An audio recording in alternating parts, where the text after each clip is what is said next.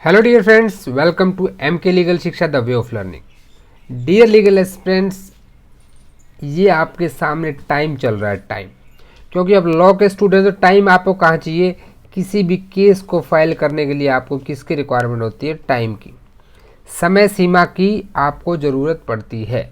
तो आज की जो क्लास है उसे शुरू करने से पहले अगर आप चैनल पर नए हैं तो चैनल को सब्सक्राइब कर लें और साथ ही बेल आइकन को भी प्रेस कर लें।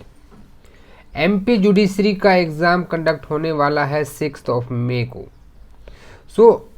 चाहे आप किसी भी स्टेट जुडिशरी का प्रिपरेशन कर रहे हो, लेकिन आज कंप्लीट लिमिटेशन एक्ट को हम कवर करेंगे, वो भी in a single class.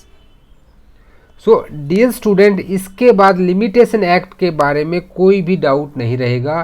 Pre oriented class रहेगी जहां पे एमसीक्यू की प्रैक्टिस भी साथ साथ हम करेंगे कि किस सेक्शन से कितने एमसीक्यू बन सकते हैं। Be attentive with the class. अगर कोई भी चीज़ आप तक नहीं पहुंच पा रही है तो प्लीज़ दोबारा से सुनिए, लेकिन आपके एग्ज़ाम में ये वीडियो आपकी बहुत हेल्प करने वाला है और मैं आपको एश्योर करता हूँ कि आप किसी भी एमसीक्यू को गलत नहीं करेंगे अगर आपने ध्यान से इस वीडियो को पूरा देख लिया तो। देखिए, लिमिटेशन एक्ट को सबसे पहले आज की क्लास का एजेंडा क्या रहेगा, ऑब्जेक्ट क्या रहेगा, उसकी हम बात कर लेते हैं। सबसे पहले we will try to understand the skeleton of this law. इसके स्ट्रक्चर को समझेंगे, इसका स्ट्रक्चर कैसे है, लिमिटेशन एक्ट के स्केलेटन को समझने के बाद we will try to understand the history of act. Act आया कैसे, क्या क्या क्वेश्चंस वहाँ से बन सकते हैं, एंड इसके बाद after that we will try to find out the applicability of the act. ये कहाँ पे एप्लीकेबल होता है, सिविल केसेस में क्या रोल है, क्रिमिनल में क्या रोल है, क्या लिमिटेशन एक्ट क्रिमिनल एक्ट पर लागू होता है, ये भी एक एमसीक्यू बनता है।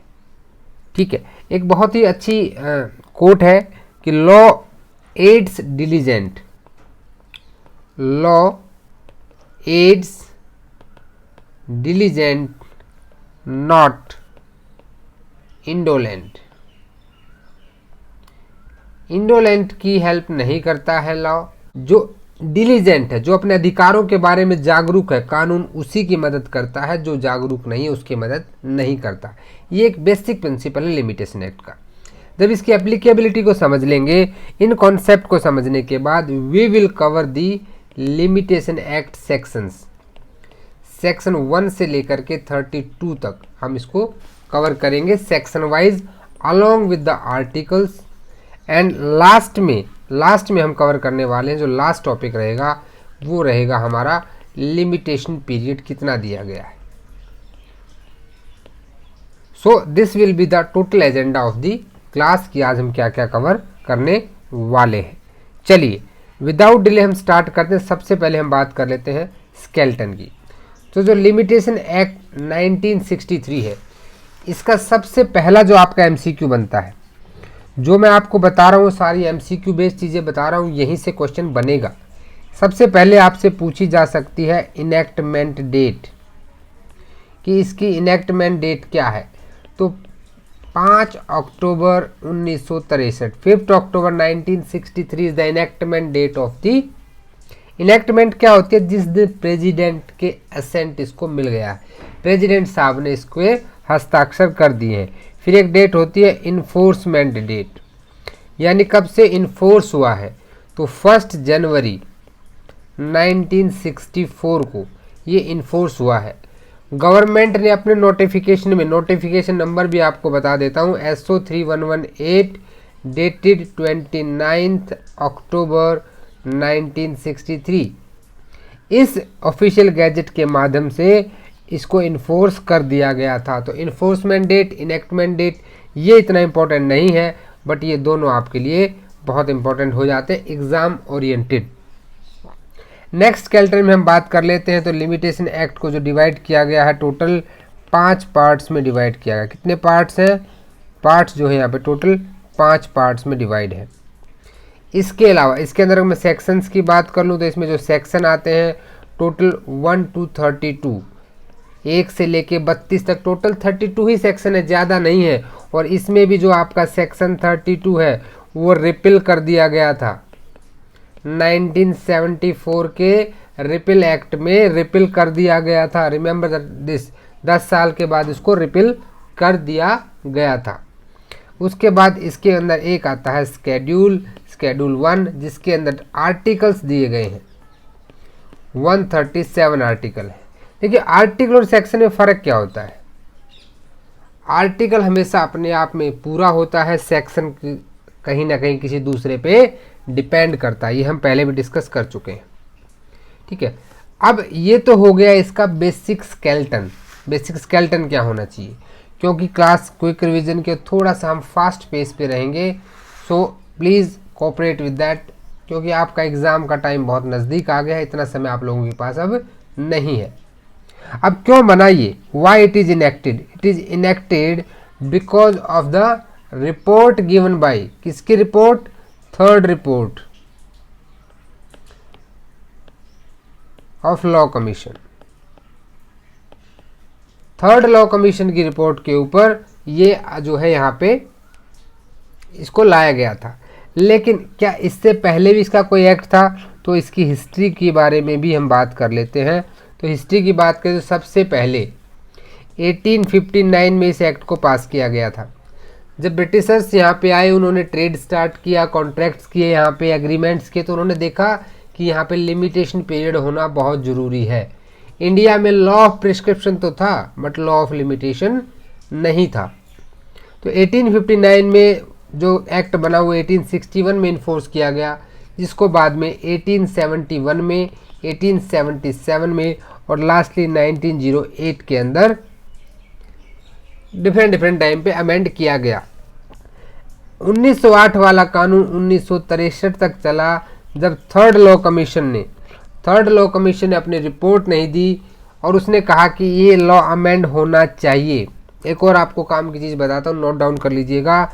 जो पुराना एक्ट था लिमिटेशन एक्ट 1908, उसमें बहुत सारे इलुस्ट्रेशन दे रखे हैं, लेकिन आप हैरान हो जाएंगे कि 1963 के अंदर नो इलुस्ट्रेशंस, कोई भी इलुस्ट्रेशन आपको नहीं मिलेगा, क्योंकि ये इलुस्ट्रेशन कंफ्यूज ज़्यादा करते हैं। यही थर्ड लॉ कमीशन की रिपोर्ट थी, ठीक है। तो 1908 में जो कानून बना उसे 1963 में रिपील कर दिया गया, ठीक है। ये एक प्रोसीजरल लॉ है और ये एग्जॉस्टिव लॉ भी है, ठीक है। अब जब देखिए पहली बार जब ये एक्ट आया तो थर्ड लॉ कमीशन ने क्या क्या रिकमेंडेशन दी, जिसके बेस पे इसको चेंज किया गया। आर्टिकल जो पहले वाले लॉ में थे, हम थोड़ा डिफरेंस की बात भी यहाँ पे कर लेते हैं। This versus limitation act 1908। देखिए जो पुराना कानून था उसमें कुछ कमियां थी, तभी नया कानून आया। तो थर्ड लॉ कमीशन था, थर्ड लॉ कमीशन ने क्या कहा कि थर्ड लॉ कमीशन, याद रखिएगा किसकी रिपोर्ट पे बना था, तो थर्ड लॉ कमीशन की रिपोर्ट पे लिमिटेशन एक्ट 1963 बना था। यहाँ पे जो आर्टिकल्स थे वो आर्टिकल्स अरेंज्ड नहीं थे सब्जेक्ट वाइज, हैफहैजार्ड मैनर में थे। आर्टिकल को अरेंज्ड किया गया सब्जेक्ट मैटर के हिसाब से, नई लॉ कमीशन की रिपोर्ट के हिसाब से। जितने भी मैटर्स थे उनके लिए फिक्स की गई लिमिट टाइम, और ये बहुत ही सिंपल, सर्टेन और रैशनल होनी चाहिए, ऐसा लॉ कमीशन ने कहा, ठीक है। तो इन सारी रिकमेंडेशन के बाद एक नया लिमिटेशन एक्ट पास किया गया। अब थर्ड लॉ कमीशन के बारे में भी आपको थोड़ा सा बता देते हैं। थर्ड लॉ कमीशन में जस्टिस जे.एल. कपूर, इसके जो चेयरमैन थे कौन थे? जस्टिस जे.एल. कपूर। हालांकि यहाँ से क्वेश्चन बनने के चांसेस कम है, लेकिन हम कहीं से भी कोई भी चीज़ मिस नहीं करना चाहते हैं। जस्टिस जे.एल. कपूर जो थे, उन्होंने क्या किया कि एक इंडिया को बेटर लिमिटेशन एक्ट दिया, ये माना जाता है। अब लॉ कमीशन की भी थोड़ी सी हिस्ट्री को आप देखिए साथ साथ कवर कर लेते हैं। फर्स्ट लॉ कमीशन कब बना था? तो पहला जो लॉ कमीशन आप सबको पता है लॉर्ड मैकॉले की अध्यक्षता में 1834 में बना था, ठीक है, 1834 के अंदर।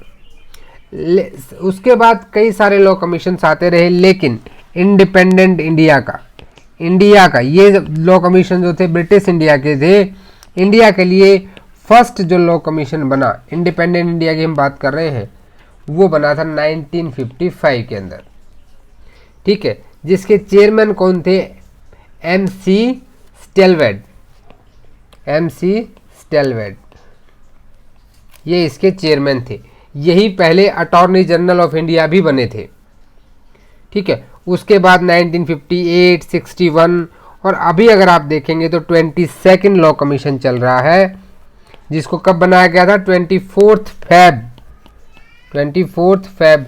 कोई बात, लिमिटेशन एक्ट से थोड़ा सा हम डिस्ट्रैक्ट जरूर हुए, लेकिन ये चीज़ें भी आपके काम की हैं, इनसे क्वेश्चन बन सकता है, ठीक है। तो यहाँ आपके टोटल लॉ कमीशंस के बारे में जहाँ से कुछ पूछा जा सकता है। चलिए, ये तो होगी सारी बातें इसकी हिस्ट्री के बारे में। आपने देखा कि ये लॉ किस तरह से आया। अब इसके आने से पहले जैसे law of prescription, law of laches and law of limitation, 3 चीज़ें होती हैं। और इसको पीरियड्स जो है, लिमिटेशन पीरियड को डिवाइड किया गया है। अगर मैं हाईएस्ट पीरियड की बात करूं, जो हाईएस्ट पीरियड है वो आपका है 30 साल। उसके बाद एक कैटेगरी आती है हाई पीरियड, वो है कितना है? 12 ईयर्स। उसके बाद आता है नॉर्मल पीरियड, वो है 3 ईयर्स। एंड लास्ट में दिया गया मिसलेनियस, 3 साल से कम का period, less than 3 years less. ये 4 लिमिटेशन पीरियड है जिसमें इसको डिवाइड कर दिया गया है, ठीक है। ये मोटे तौर पे आपने एक आउटर स्ट्रक्चर को समझ लिया लिमिटेशन एक्ट के। अब लिमिटेशन एक्ट को हम स्टार्ट करेंगे सेक्शन वाइज। हमने कहा कि लिमिटेशन एक्ट को 5 पार्ट में डिवाइड किया गया है। कितने पार्ट में? 5 में, 1, 2, 3, 4 एंड 5, ठीक है। ये पांचों पार्ट क्या क्या है? देखिए, सबसे पहला पार्ट जनरली हर जगह वही पे होता है, जिसको हम प्रिलिमिनरी कह देते हैं। प्रिलिमिनरी में क्या है कि सेक्शन 1 और सेक्शन 2 है, जहां पे शॉर्ट, टाइटल, एक्सटेंट और डेफिनेशंस की बात की गई है। पार्ट 2 की अगर मैं बात कर लूं तो पार्ट 2 में क्या क्या दिया गया है? पार्ट 2 के अंदर limitation of suits, appeal and application, suits, appeal and applications के लिमिटेशन के बारे में बताया गया है, सेक्शन 3 से लेकर के आपके सेक्शन 11 तक। पार्ट 3 कहता है किस तरह से काउंट करेंगे, कंप्यूटेशन कैसे होगा, computation of the period of limitation, section 12 से लेकर के 24 तक जाता है। और यही पार्ट 4 आ जाता है, जहां पे acquisition of ownership by possession, ठीक है, जहां पे सुखाचार, एक ईजमेंट एक्ट है 1882 का, उसके बारे में बताया गया है 25, 26 और 27 में।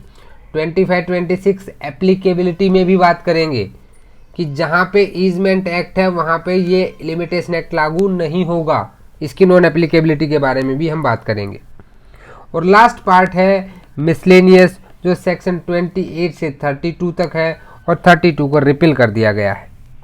और लास्ट में शेड्यूल है, शेड्यूल के अंदर पीरियड ऑफ लिमिटेशन दिया गया है। टोटल 137 सब्जेक्ट मैटर्स है, वहाँ पे 137 आर्टिकल्स है, जिनके बिहाफ पे इसके डिफरेंट टाइम में इसको डिवाइड किया गया है। तो ये तो हो गया बेसिक स्केलेटन। अब चलते हैं अपने बेयर एक्ट पे और समझते हैं लिमिटेशन एक्ट को सेक्शन वाइज।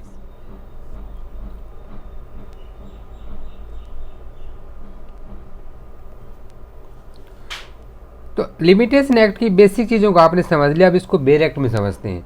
इसकी एप्लीकेबिलिटी पे अगर क्वेश्चन आ जाता है तो सिर्फ सिविल प्रोसीडिंग्स पर लागू होता है, सिविल केसेस के ऊपर। क्रिमिनल में क्यों नहीं होता? क्योंकि जो क्रिमिनल केसेस होते हैं वहाँ पे सीआरपीसी में, जो सीआरपीसी 1973 है, वहाँ एक प्रोविज़न दिया गया है चैप्टर नंबर 36, 467 से लेकर के 473 तक, ये आपका क्रिमिनल केसेस है।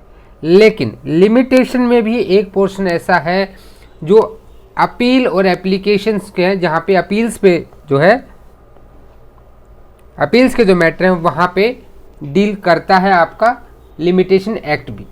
क्या क्या चीज़ें हैं क्रिमिनल से रिगार्डिंग, ये भी नोट कर लीजिए। लिमिटेशन एक्ट में क्रिमिनल मैटर्स को लेके क्या प्रोविजंस दिए गए हैं। जब आर्टिकल 114 और 115 पढ़ते हैं तो ये अपील से रिलेटेड बात करता है। जो रिवीजन से रिलेटेड बात है वहाँ भी article 131 and special leave petition 133, सिर्फ ये 4 आर्टिकल हैं जो क्रिमिनल मैटर्स के डील करते हैं लिमिटेशन एक्ट में। अदरवाइज आपका कंप्लीट लिमिटेशन एक्ट जो है वो सिविल मैटर्स के ऊपर ही डील करता है। अब हम बेर एक्ट की स्टडी करेंगे स्टार्टिंग से बिल्कुल। जैसा कि इसमें 32 सेक्शन है, इसमें 2 सेक्शन ऑलरेडी रिपील्ड है हमारे। एमसीक्यू जो मैं बताता जाऊँ प्लीज़ उनको मार्क करते रहिएगा, आपके एग्जाम में आपके बहुत बेनिफिट करेंगे आपको ये सारे। तो इसका जो इनेक्टमेंट डेट है वो है 5 अक्टूबर 1963। इन्फोर्समेंट डेट क्या था? इन्फोर्समेंट डेट जो यहाँ पे था वो था 1 जनवरी 1964, ये इसका इन्फोर्समेंट डेट था। ठीक है, अब सबसे पहले प्रीएम्बल पर आते हैं। प्रीएम्बल कहता है an act to consolidate and amend the law for limitation of suits, limitation of suits and other proceedings. Other proceedings में आपकी अपील एंड एप्लीकेशंस, 3 चीज़ों पे हमेशा डील करना है। इन 3 चीज़ों को अलग से समझना, suits, appeals and your applications. ये 3 मैटर ऐसे होंगे जहाँ पे आपका लिमिटेशन एक्ट लागू होता है। इसने कहा consolidate and amend, it means पहले जो एक्ट आया था 1859 में आया, फिर 1908 में एंड नाउ 1963 जो हम पढ़ने जा रहे हैं। तो पहले का जो लॉ था 1908 का, उसे 3rd लॉ कमीशन की रिपोर्ट पे चेंज कर दिया गया था और नया लॉ लेकर आए थे। सेक्शन 1 सबसे पहले बताता है short title extend. MCQ based हम सिर्फ बात करेंगे, डिटेल्स में नहीं जाएंगे। तो देखिए सबसे पहली चीज़ क्या है कि ये होल इंडिया पे एप्लीकेबल होता है। Now it applicable to the whole India. क्यों होल इंडिया पे? क्योंकि अभी जो 2019 में आपका Jammu and Kashmir reorganisation act आया था, उसमें क्या कर दिया गया है, इसको जम्मू एंड कश्मीर को हटा दिया गया है। धारा 370 हटने के बाद अब JNK में भी ये लागू होता है। पहला MCQ, it came into the force on such date. किस डेट में इन्फोर्स हुआ है? तो डेट आपको याद रखनी है 1 जनवरी 1964 को। बस इतना आप याद रखिए, यहाँ से आपका MCQ बन जाता है। सेक्शन 2 डेफिनेशंस की बात करता है। टोटल 14 डेफिनेशंस दी गई हैं A से लेकर के N तक। एप्लीकेंट, एप्लीकेंट कौन कौन इंक्लूड करता है? एप्लीकेंट होता है जो कि वहाँ पे वादी जो जाता है किसी उसको एप्लीकेशन को लेकर, उसे पेटिशनर भी इसमें इंक्लूड होता है, आपका जो प्लेंटिफ इसमें इंक्लूड होता है। ठीक है, सेकंड जो आते हैं वो आती है application. Application also include the petition.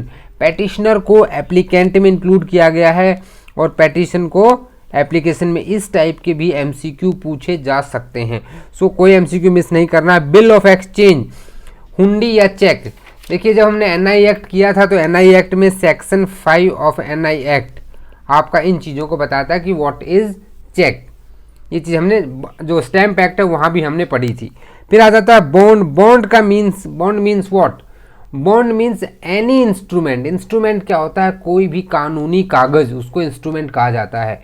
Where by a person obliges himself to pay, भाई जिसके बिहाफ पे कोई अपने आप को बॉन्ड भरा जाता है ना, ठीक है, तो ऐसे बॉन्ड को बंधक पत्र कहा जाता है, बंध पत्र, तो उसको बॉन्ड कहा जाता है। डिफेंडेंट जो है, डिफेंडेंट किसको इंक्लूड करता है? इट इंक्लूड्स, इंक्लूसिव डेफिनेशन यहाँ पे दी गई है, एनी पर्सन फ्रॉम और थ्रू, यानी कि जिस व्यक्ति से या जिसके माध्यम से कोई डिफेंडेंट अपनी लाइबिलिटी जो है टू बी शूड, उसके ऊपर कोई लाइबिलिटी आती है, लीगल रिप्रेजेंटेटिव है वो किसी का, तो वो सब यहाँ पे इंक्लूड हो जाते हैं। नेक्स्ट डेफिनेशन आती है आपकी ईजमेंट की। हम बात कर चुके, हमारा एक ईजमेंट एक्ट है 1882 का, ठीक है। तो ईजमेंट क्या होते हैं? कुछ ऐसे राइट्स होते हैं जो आप यूज़ करते हैं, ये कॉन्ट्रैक्ट से भी हो सकते हैं। भाई कभी कभी जैसे आपके कहीं पे मकान है तो वहाँ पे आने जाने की जो चीज़ें हैं, लैंड जिसमें आपका air, light, water, it include all these things. Foreign country, जी, foreign country means country other than India. H आ जाता है गुड फेथ। एच क्या आ जाता है? Good faith. गुड फेथ आप IPC में भी पढ़ते हैं, सेक्शन 52 ऑफ द IPC, ठीक है। प्लेंटिफ इंक्लूड्स, प्लेंटिफ किसको इंक्लूड करता है? वही डिफेंडेंट वाली बात यहाँ पे हो जाती है। उसके बाद आता है सबसे मोस्ट इम्पॉर्टेंट डेफिनेशन जो आपको याद रखनी है, वो है पीरियड ऑफ लिमिटेशन। ये सबसे इंपॉर्टेंट डेफिनेशन है। क्यों इंपॉर्टेंट डेफिनेशन है? मान लीजिए आपका शेड्यूल 1 ने एक लिमिटेशन पीरियड दे दिया 3 साल के लिए, यहाँ से लेकर के और यहाँ तक। अब क्या होता है कि आप जब आगे पढ़ेंगे तो कंडोनेशन ऑफ डिले चलता है, बहुत सारी चीज़ें हैं जो इंक्लूड नहीं होती हैं, क्लोज हॉलीडेज को हम इंक्लूड नहीं करते हैं, लीगल डिसेबिलिटी को इंक्लूड नहीं करते हैं। The provisions which provide from section 6 to 24 आपको क्या करेंगे, कुछ पीरियड का एग्जेम्पशन देते हैं, एक्सक्लूड करते हैं, तो वो पीरियड आपका यहाँ तक बढ़ जाता है। यानी जो लिमिटेशन पीरियड पहले यहाँ तक था अब वो यहाँ तक हो जाता है। तो ये तो है आपका लिमिटेशन पीरियड जो शेड्यूल 1 ने आपको प्रोवाइड कराया है, और ये है प्रिस्क्राइब्ड पीरियड। ठीक है, तो दो चीज़ों को डिफाइन करता है जे पीरियड ऑफ लिमिटेशन को, यानी limitation prescribed by any suit appeal application by schedule, जो मैंने आपको ये बताया। और एक चीज़ आती है यहाँ पे प्रिस्क्राइब्ड पीरियड। यहाँ पे बहुत सारे स्टूडेंट्स क्या गलती करते हैं, जब एमसीक्यू पूछा जाता है प्रिस्क्राइब पीरियड कहाँ डिफाइन है, तो उनको ये तो याद है पर इसको भूल जाते हैं। तो दोनों डेफिनेशंस को आपको याद रखना है। के में प्रोमिसरी नोट आता है, प्रोमिसरी नोट में एक ही बात याद रखिएगा कि जो करेंसी नोट्स हैं वो प्रोमिसरी नोट में इंक्लूड नहीं होता है। So remember that. एल सूट के बारे में बात करता है, suit does not include appeal and application, इस टाइप की स्टेटमेंट वो दे सकता है। टॉट मीन सिविल रॉन्ग्स, एंड ये भी कई बार पूछी गई है, आप ये भी इंपॉर्टेंट है। ट्रस्टी, ठीक है, हालांकि ट्रस्टी के लिए ट्रस्ट एक्ट अलग से बना हुआ है, लेकिन इंडियन ट्रस्ट एक्ट है इसके लिए, यहाँ भी इसकी डेफिनेशन दी गई है। तो ये आपका फर्स्ट पार्ट यहाँ पे कवर हो जाता है। फिर आते हैं सेकंड पार्ट में। सेकंड पार्ट जो स्टार्ट होता है सेक्शन 3 से लेकर के आपका शुरू है सेक्शन 11 तक यहाँ पे जाएगा। ठीक है, सेक्शन 3 से 11 तक बताया गया है कि ऐसे सूट्स का लिमिटेशन अपील और एप्लीकेशन कैसे होगा। तो सेक्शन 3 जो है ये एक जनरल रूल की बात कह रहा है। क्या जनरल रूल कह रहा है कि भाई देखो सेक्शन 4 और 224 इन दोनों सेक्शनों तक जो प्रावधान दिए गए हैं एक्सक्लूड करने को, उनको छोड़ के उनके प्रोविजंस को मद्देनजर रखते हुए अगर कोई भी सूट, कोई भी अपील या कोई भी एप्लीकेशन न्यायालय में आती है, कोर्ट में आती है और लिमिटेशन पीरियड पूरा हो चुका है, तो उसे क्या कर दिया जाएगा, कैंसिल कर दिया जाएगा, डिसमिस कर दिया जाएगा, कोर्ट उसे एक्सेप्ट नहीं करेगा। अब सेक्शन 2 कहता है कि सूट को इंस्टीट्यूटेड हम कब मानेंगे। सूट को इंस्टीट्यूटेड माना जाएगा जब ऑर्डिनरी केस में प्लेंट प्रॉपर ऑफिसर को ऑर्डर 4 रूल 1 सीपीसी में आपने पढ़ा था, तो हम उसको क्या मान लेंगे, सूट इंस्टीट्यूटेड मान लिया जाएगा। अगर कोई प्रॉपर का केस है ऑर्डर 33 ऑफ सीपीसी, तो क्या होता है, इसको देखिए रीड विद, इसको मैं कह रहा हूं read with section 13 of limitation act. क्यों? क्योंकि वहां भी क्या कहा गया कि प्रॉपर के लिए किसी ने एप्लीकेशन लगाई, सेक्शन 13 आपका ये कहता है अगर उसको रिजेक्ट कर देता है कोर्ट, तो जितना समय वो एप्लीकेशन लगाई गई कि मैं प्रॉपर इंडिजेंट सूट अप्लाई करना चाहता हूं और कोर्ट ने जब तक उस पर कोई फैसला दिया तब तक के समय को क्या कर दिया जाएगा, एक्सक्लूड कर दिया जाएगा, उसे लिमिटेशन पीरियड में काउंट नहीं करेंगे। कोई क्लेम है, अगर कहीं पे कोई ऑफिस लिक्विडेटर है, कोई कंपनी वाउंड अप हो रही है, तो जिस दिन अपना क्लेम आपने भेज दिया उस दिन हम इंस्टीट्यूटेड मान लेंगे। अब इंपॉर्टेंट चीजें जो आपको एग्जाम के लिए याद रखनी है, तीनों पे लागू होता है। सेक्शन 3 बार ऑफ लिमिटेशन की बात करता है। इसके अलावा सेट ऑफ कब से माना जाएगा, जिस दिन से डेट ऑफ सूट, ठीक है, और काउंटर क्लेम जिस दिन से माना जाएगा, ऐसी डेट जिस पे काउंटर क्लेम किया गया कोर्ट में। ये भी दोनों बातें जो आपकी इंपॉर्टेंट हो जाती हैं। हाई कोर्ट के लिए जिस दिन भाई आपने वहां पे प्रॉपर ऑफिसर को कोर्ट को एप्लीकेशन दे दी तब से माना जाएगा। सेक्शन 4 कहता है, सिंपल सी बात है, 4 बस इतना बता रहा है कि भाई जिस दिन कोर्ट बंद है, आज आप गए और कोर्ट आपको मिला क्लोज्ड, तो आज नहीं उसके next day, next working day में आप एप्लीकेशन दे सकते हो। मान लीजिए आज आपका लिमिटेशन पीरियड खत्म हो रहा है और आज कोर्ट में हॉलीडे है, तो आप अपनी एप्लीकेशन नेक्स्ट जिस दिन भी कोर्ट खुलेगा उस दिन दे सकते हैं। अब एक्सप्लेनेशन में कहा गया कि अगर किसी दिन हाफ डे है तो उसको भी क्लोज डे माना जाएगा। अब सेक्शन 5 देखिए, यहां तक कि अगर वकील हड़ताल कर दिए, किसी वजह से भी कोर्ट का कार्य नहीं हो रहा है, तो उसे भी क्लोज्ड हॉलीडे की कंडीशन में लिया जाएगा। सेक्शन 5 कहता है extension of period, condonation of delay. Condonation of delay क्या है, यहां पे जुडिशियल डिस्क्रिशन आ जाता है, लेकिन एक बहुत इंपॉर्टेंट चीज है, एमसीक्यू आपसे एक ही पूछा जाना है, मार्क कर लीजिएगा, एनी अपील और एप्लीकेशन। हम 3 चीजों को अब तक पढ़ते आ रहे थे, सूट वर्ड जो यहाँ पे गायब है, यानी कि सेक्शन 5 सूट्स पर अप्लाई नहीं होता, पहला MCQ. Application other than, application में भी एक एग्जम्पशन है, application under any provision of order 21, यानी कि जो आपकी एग्जीक्यूशन ऑफ डिक्री की एप्लीकेशन है, एग्जीक्यूशन की एप्लीकेशंस हैं, उन पर भी लागू नहीं होगा। 2 चीजों पर लागू नहीं होगा, सिर्फ अपील और एप्लीकेशन के ऊपर लागू होगा। अगर आप कोर्ट को कोई जेन्युइन रीजन देते हैं तो कोर्ट कंडोन कर सकता है आपको। कंडोनेशन ऑफ डिले की एप्लीकेशन आप वहां पे दे सकते हैं। सेक्शन 6 और सेक्शन 7 ये दोनों आपके लीगल डिसेबिलिटी की बात करते हैं, और इन्हीं का एक स्पेशल एक्सेप्शन दिया गया सेक्शन 8। 6, 7, 8 को एक साथ पढ़िएगा। सेक्शन 6 ये कह रहा है अगर किसी को कोई लीगल डिसेबिलिटी है, ठीक है, तो भैया जब तक डिसेबिलिटी है आपकी, तब तक आपका लिमिटेशन पीरियड स्टार्ट नहीं होगा। सेक्शन 7 कहता है कि जहां पे एक से ज्यादा व्यक्ति लीगली डिसेबल हैं, एक से ज्यादा व्यक्ति लीगली डिसेबल हैं, तो वहां क्या होगा, तो उस केस में क्या होगा कि अगर कोई एक व्यक्ति भी सेन हो जाता है, मतलब जो उसकी डिसेबिलिटी सीज हो जाती है, और वो बाकी लोगों से जो है कर सकता है, वो उसको अपनी जो लाइबिलिटी है उसको पूरा कर सकता है, तो उसका लिमिटेशन पीरियड काउंट होगा, अदरवाइज नहीं होगा। सेक्शन 6 में एक चीज याद रखिएगा, 3 चीजें यहां पे पूछी जाती हैं एमसीक्यू में, माइनर, इंसेन और इडियट। ये 3 ही चीजें हैं जो लीगल डिसेबिलिटी में आती है अंडर सेक्शन 6। इनके अलावा वो आपको दे देगा कि पुअर है, भाई वो दे देगा कि सीरियस इलनेस है, ये सारी चीजें इंक्लूड नहीं होती, इनको याद रखिएगा।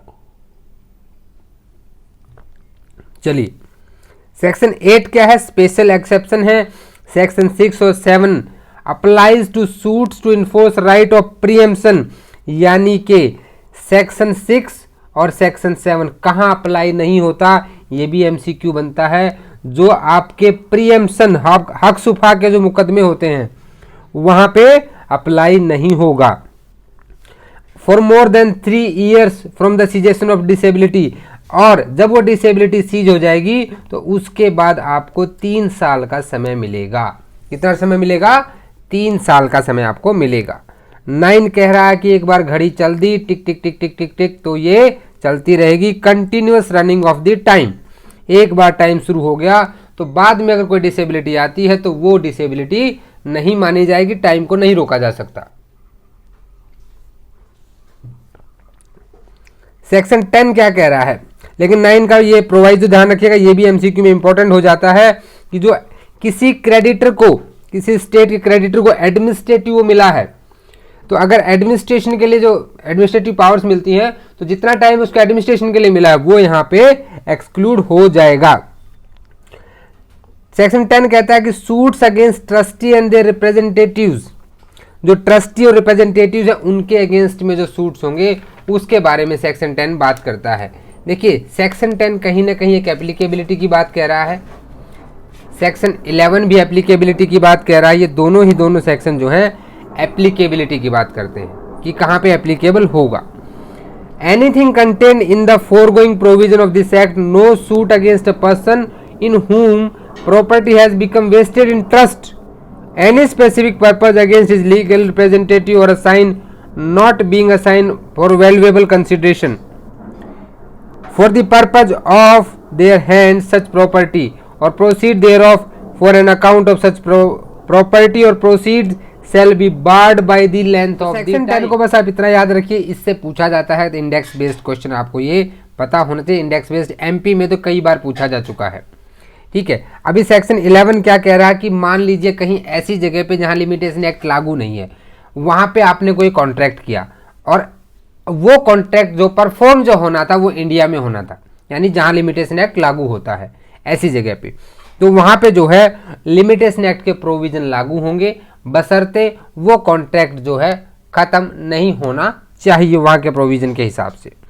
अब आते हैं पार्ट 3 के ऊपर, कंप्यूटेशन ऑफ काउंट कैसे करेंगे, इस पीरियड को हम किस तरह से काउंट करेंगे। सबसे पहले सेक्शन 12 कहता है जो लीगल प्रोसीडिंग्स में जो समय लगता है ना भाई, उसको हम एक्सक्लूड कर देंगे, लिमिटेशन पीरियड से एक्सक्लूड कर देंगे तो प्रेस्क्राइब पीरियड हमारा बढ़ जाएगा। सबसे पहले तो इसको इंडेक्स बेस्ड याद रखिए आप, सेक्शन 12 को, इंपॉर्टेंट है, पूछा जा चुका है पहले आपके एमपी में लगातार 2013 में, 11 में, 16 में, 17 में ये क्वेश्चन आ चुका है। देखिए जब भी कोई आपको लिमिटेशन पीरियड कैलकुलेट करना है तो किसी भी सूट, अपील और एप्लीकेशन की लीगल प्रोसीडिंग में जो समय मिला है वो एक्सक्लूड हो जाएगा। अब क्या क्या होता है इसमें, अब देखिए मान लीजिए कोई आपका जो कॉपी लेनी है आपको जजमेंट की, वो एक्सक्लूड हो जाएगा। 4 चीज़ें आती हैं यहाँ पे, ठीक है। अपील एप्लीकेशन के रिवीजन के लिए, रिव्यू के लिए आपको जजमेंट की कॉपी चाहिए थी, उसमें जो समय लग गया, ठीक है, या फिर किसी आदेश की कॉपी आपको चाहिए थी, तो ये सारी की सारी चीज़ें लीगल प्रोसीडिंग में वो यहाँ पे एक्सक्लूड कर दी जाती हैं। सेक्शन 13 कह रहा है कि exclusion of time in case where leave to sue appeal as proper, अभी अभी हमने जो पढ़ा था ये उसी के बारे में बात कर रहा है कि जब भाई अगर किसी की एप्लीकेशन को क्या कर दिया गया, कोर्ट ने रिजेक्ट कर दिया है और वो बंदा गुड फेथ में कोर्ट में था कि एज ए प्रॉपर मुझे परमिशन दे दी जाए, ऑर्डर 33 CPC, और वहाँ पे उसका जितना समय कोर्ट में लग गया उसको हम इंक्लूड नहीं करेंगे, ठीक है। अब सेक्शन 14 कहता है कि मान लीजिए आप किसी गलत कोर्ट में चले गए, किसी गलत कोर्ट में चले गए, but you should be in good faith, यानी कि वहाँ पे ज्यूरिसडिक्शनल एरर था, उस कोर्ट का ज्यूरिसडिक्शन नहीं था, लेकिन वहाँ पे आपकी जो है बोनाफाइड वे में होनी चाहिए, मालाफाइड वे में नहीं, तो उसे भी इंक्लूड नहीं किया जाएगा, ठीक है। नेक्स्ट आ जाइए आप सेक्शन 15 में।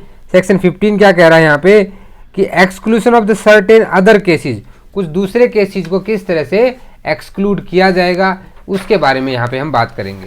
देखिए सेक्शन 15 जो है ये आपको सिर्फ इतनी बात कह रहा है कि जो भी इंजंक्शंस होंगी, कंसेंट रिलेटेड जो केस होंगे, अपॉइंटमेंट ऑफ रिसीवर में जो समय लगेगा ऑर्डर 40 CPC के तहत, ठीक है, किसी केस को सेट असाइड करने की जो प्रोसीडिंग्स होंगी, या डिफेंडेंट जब तक एब्सेंट रहेगा।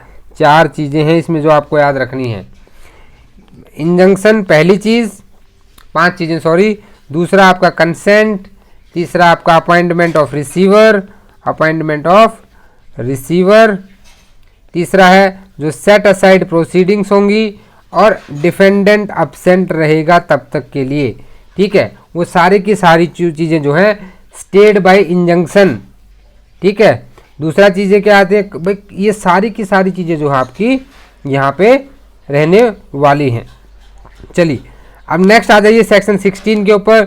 16 बात करता है डेथ की, कि अगर किसी की भी डेथ हो जाती है before the accrual of the right to sue, उस केस में क्या होगा, ठीक है। देखिए अगर डेथ हो जाती है तो उसके जो लीगल रिप्रेजेंटेटिव्स हैं उनके ऊपर बात चली जाती है और वो उनके पास ये राइट आ जाता है, लिमिटेशन पीरियड वहाँ से काउंट होगा।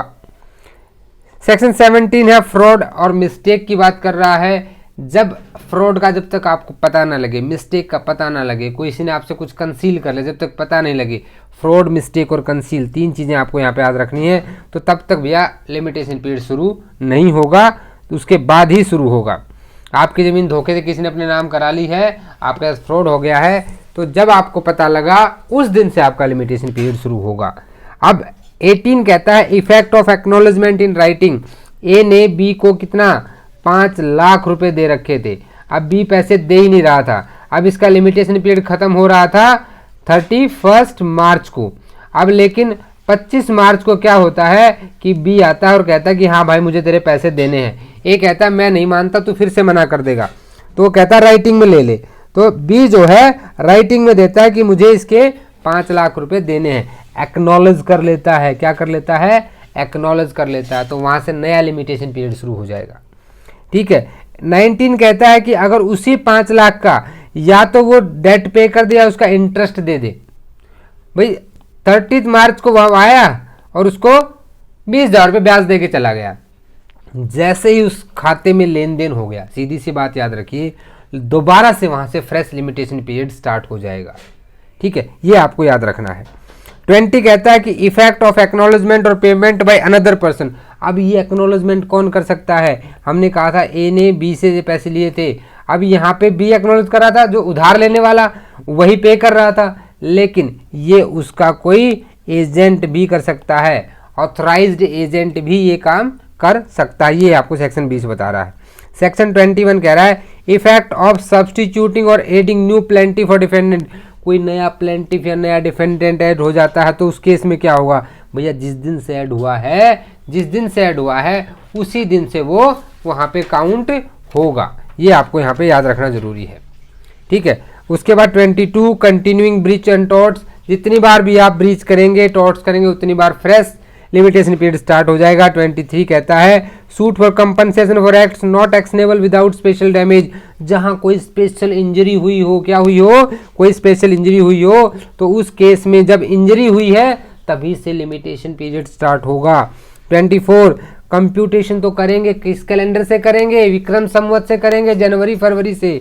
तो भैया जो आपका जर्जोरियन कैलेंडर है उसी से इसका जो है काउंट होगा, उसी कैलेंडर को काउंट किया जाएगा। तो कैलेंडर के लिए सेक्शन 24 को बता दिया गया कौन सा कैलेंडर होगा। पार्ट 4 कहता है acquisition of ownership by possession. Adverse possession के बारे में आपने बहुत बार सुना होगा। अब देखिए सेक्शन 25 क्या कह रहा है। 25 ये कह रहा है कि अगर आप कहीं पहले से, भाई मान लीजिए हाईवे है, हाईवे के बगल में आपकी किसी पड़ोसी की ज़मीन है और यहाँ आपकी ज़मीन है। अब ये कह रहा है कि मैं आपको रास्ता नहीं दूंगा, यहाँ से मैं हवा नहीं आने दूंगा, बड़ी सी दीवार बना दूंगा, यहाँ से मैं पानी नहीं जाने दूंगा। तो इस तरह के राइट्स जो वैसे तो प्रॉपर्टीज़ की है, लेकिन यहाँ से हवा आएगी। ऐसा नहीं है ना कि कोई दीवार खड़ी कर दे, आपके घर में हवा ना आने दे, ठीक है, लाइट ना आने दे, पानी ना आने दे, या दूसरे जो ईजमेंट के राइट्स हैं वो ना आने दे। हालांकि इस पर डिटेल चर्चा ईजमेंट एक्ट में करेंगे, लेकिन यहाँ एग्जाम के लिए जो इंपॉर्टेंट वो ध्यान रखिएगा कि जब कभी लाइट और एयर, ठीक है, अगर कोई ऐसे जिनको आप पीसफुली इंजॉय कर रहे हो एज एन ईजमेंट 20 साल तक, कितने दिनों तक? 20 साल तक, for the time period of 20 years without interruption, तो वहां पे वो राइट आपका क्या बन जाता है? एब्सोल्यूट बन जाता है। यहां पे आपका लॉ ऑफ प्रिस्क्रिप्शन आ गया। जब हमने इसकी डिटेल्ड क्लासेस की थी तो law of limitation, law of prescription और लॉ ऑफ लैचेज के बारे में हमने अच्छे से चर्चा की थी उस दिन। तो यहाँ पे राइट एब्सोल्यूट बन जाएगा। लेकिन ध्यान देना, जब ये बात किसी वाटर कोर्स की आ रही है, किसकी आ रही है? वाटर कोर्स की आ रही है, या फिर किसी रास्ते की आ रही है, वे की आ रही है, इन दैट कंडीशन यहाँ पे था कि सिर्फ पीसफुली इंजॉय किया हो, यहाँ पे आ जाता है कि you have enjoyed that openly. कैसे? Openly, peacefully and openly. तो दो स्टेटमेंट को ध्यान रखना। लाइट और अगर एयर की बात आती है, लाइट और एयर, तो चलेगा सीधा पीसफुली। लेकिन जब ये बात किसी रास्ते की या फिर वाटर की या फिर अदर ईजमेंट्स की आती है तो भैया ओपनली, छिपक के नहीं करना है, खुलेआम करना है जो करना है। तो वहाँ पे आपने ओपनली किया हो और पीसफुली भी किया हो, विदाउट इंटरप्शन किया हो, 20 साल तक किया हो। लेकिन अगर यही गवर्नमेंट प्रॉपर्टी होती, क्या होती? गवर्नमेंट प्रॉपर्टी होती, तो भैया इस 20 ईयर्स को हम 30 ईयर्स काउंट करते। यहीं से एमसीक्यू उठाता है वो, एमसीक्यू यहीं से उठाता है। ठीक है। अब जो है यहाँ पे जो 2 साल के अंदर अंदर, लास्ट के 2 साल के अंदर अंदर आप इन राइट्स के अगेंस्ट में एक्शन ले सकते हैं। 26 कहता है exclusion in favour of reversioner और सर्वेंट ट्रीटमेंट। ठीक है, यहाँ पे आपको ज़्यादा डिटेल में जाने की जरूरत है, इसको सिर्फ इंडेक्स बेस्ड याद रखिए, सिर्फ इंपॉर्टेंट को पढ़िए, उतना बहुत है। Extinguishment of right to property 27 क्या कह रहा है कि भैया राइट भी गया, क्या गया आपका? राइट भी गया और रेमेडी भी गई। जबकि हम तो क्या पढ़ते आए थे कि limitation act bars the rights not the remedy, bars the remedy not the right. लेकिन यहाँ पे जो है आपका राइट भी चला जाएगा और रेमेडी भी चली जाएगी, ये आपको याद रखना है, ठीक है। क्योंकि सिर्फ लिमिटेशन एक्ट हमेशा बार करता है रेमेडी को, कि आप कोर्ट नहीं जा सकते। ए को बी से पैसे लेने तो वो कोर्ट नहीं जा सकता, बाहर चाहे जिस तरह से ले ले, ठीक है, लेकिन राइट बनता है उसके पैसों का। लेकिन 27 कहता है कि ना राइट रहेगा और ना ही आपकी रेमेडी रहेगी। 28 को इतना याद रखिएगा, रिपील कर दिया गया था 1974 में। 29 कहता है नॉन एप्लीकेबिलिटी, कहाँ लागू नहीं होता है। और हाँ 27 के बारे में एक चीज और बता दूं, this is the only substantive section of the procedural law है, लेकिन सिर्फ एक ही सेक्शन है जो सब्सटेंटिव। जैसे एविडेंस एक्ट में स्टॉपेल क्या था, आपका जो स्टॉपेल का चैप्टर है वो क्या है, एक सब्सटेंटिव पार्ट है, वैसे यहाँ पे एक सेक्शन जो है ये सब्सटेंटिव आ जाता है। अब 29 कहता है कि जो हिंदू मैरिज एक्ट होगा भाई, वहाँ पे लिमिटेशन पीरियड लागू नहीं होगा, ठीक है। डाइवोर्स वाले मैरिज वाले केसेस में लागू नहीं होगा, ईजमेंट एक्ट में लागू नहीं होगा जो ईजमेंट एक्ट होगा, ठीक है। कॉन्ट्रैक्ट एक्ट के सेक्शन 25 में भी ये लागू नहीं होगा। ये तीन चीज़ें यहाँ सेक्शन 29 से याद रखनी है। 30 इंडेक्स बेस पढ़ लीजिएगा, और उसके बाद 31 आपका provision to be barred pending suit, ये भी कोई जरूरी इंपॉर्टेंट नहीं है। 32 रिपील कब हुआ था, 1974 में, दो ही सेक्शन रिपील हुए हैं, 29 और 32, 28 और 32 सॉरी, ये दोनों के दोनों 1974 में हुए। तो यहाँ तक हमने इसके सारे सेक्शंस कवर कर लिए हैं। अब स्केड्यूल पे आ जाते हैं। देखिए स्केड्यूल्स को दो तरह से हमने डिवाइड किया था, इसके दो तरीके हैं डिवाइड करने के। पहला तो देखिए हम बात कर लेते हैं सूट्स की, अपील्स की एंड एप्लीकेशंस की। तीन पार्ट में हम इसको पढ़ते हैं।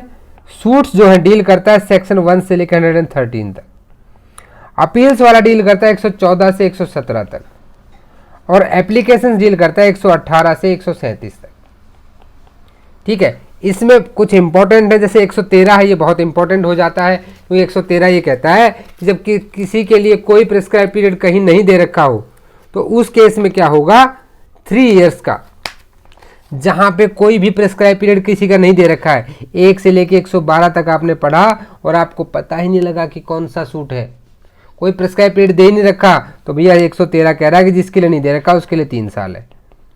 ये एक इंपॉर्टेंट है आपका, यहाँ से बहुत बार क्वेश्चन बनता है, ठीक है। तो इस तरह की चीज़ें आपको याद रखनी, ये इसका डिवीजन है। दूसरा डिवीजन हमने इसका कैसे किया था कि 30 years high period, 12 years high period और 3 इयर्स एंड 3 इयर्स से लेस का पीरियड। 4 पार्ट में हमने इसको टाइम वाइज भी डिवाइड किया था, ठीक है। तो एक बार इन सबको जरूर देख लीजिएगा, यहाँ से कभी कभी क्वेश्चन बन जाते हैं आपके। बाकी इसके बाद एक सेशन में हम लोग इम्पोर्टेंट MCQ भी डिस्कस कर देंगे।